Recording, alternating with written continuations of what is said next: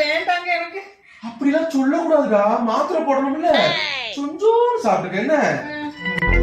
ஏங்க என்ன கறி கொஞ்சமா இருக்கு? நிறைய போட்டுட்டு வந்தா உன் மூஞ்சில அடிச்சிருமா. அதே கொஞ்சமா போட்டு வந்தேன். சரிங்க சரிங்க. சாப்பிடுங்க.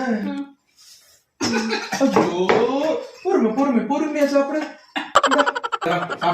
அம்மாக்கு மட்டும் ஊட்டி கொடுத்து படுக்க வச்சுட்டு வரீங்க, எனக்கு ஊட்டி தர மாட்டீங்களா?